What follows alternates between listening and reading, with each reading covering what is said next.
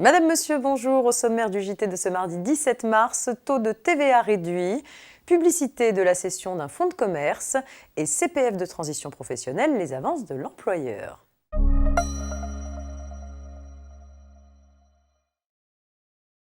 Le taux de TVA réduit de 5,5% s'applique aux travaux d'amélioration de la qualité énergétique des locaux à usage d'habitation de plus de 2 ans, ainsi qu'aux travaux induits qui y sont indissociablement liés.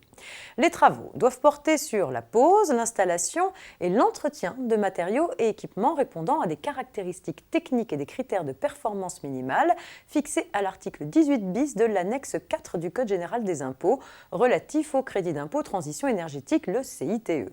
Ce dispositif ayant été aménagé dans le cadre de la dernière loi de finances, un arrêté du 13 février 2020 précise que pour les matériaux et équipements qui n'ouvrent plus droit au CITE, les caractéristiques techniques et critères de performance à retenir sont ceux fixés dans la dernière version de cet article. Par conséquent, le taux de TVA de 5,5% est maintenu pour les équipements qui n'ouvrent plus droit au CITE.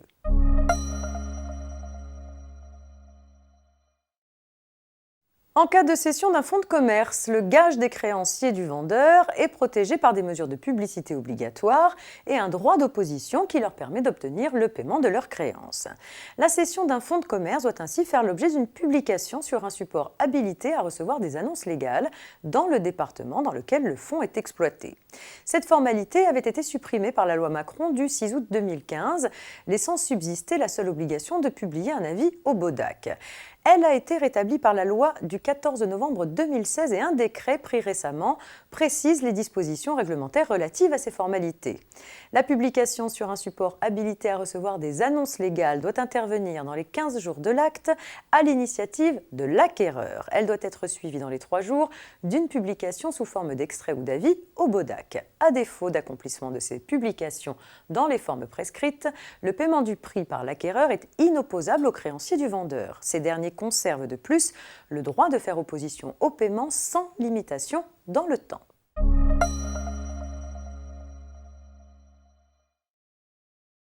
Et on termine avec le CPF de transition professionnelle et la question des avances de l'employeur. Depuis le 1er mars dernier, les entreprises de moins de 50 salariés peuvent demander à la Commission paritaire interprofessionnelle régionale, la CPIR, des avances de trésorerie sur les remboursements de la rémunération maintenue aux salariés en congé de transition professionnelle. La CPIR et l'employeur définissent ensemble le taux et les conditions de versement de ces avances. En l'absence d'un tel accord entre la CPIR et l'employeur, ce sont les modalités prévues par un arrêté du 26 février 2020 qui s'applique.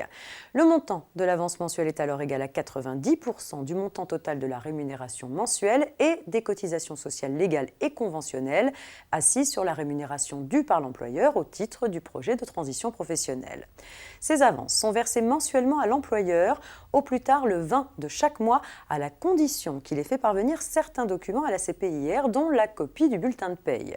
Lorsque l'employeur n'envoie pas les documents, la CPIR suspend le versement des avances pour le projet de transition professionnelle concerné, sachant que l'employeur peut demander la reprise du versement des avances. C'est tout pour aujourd'hui. Excellente journée, à demain.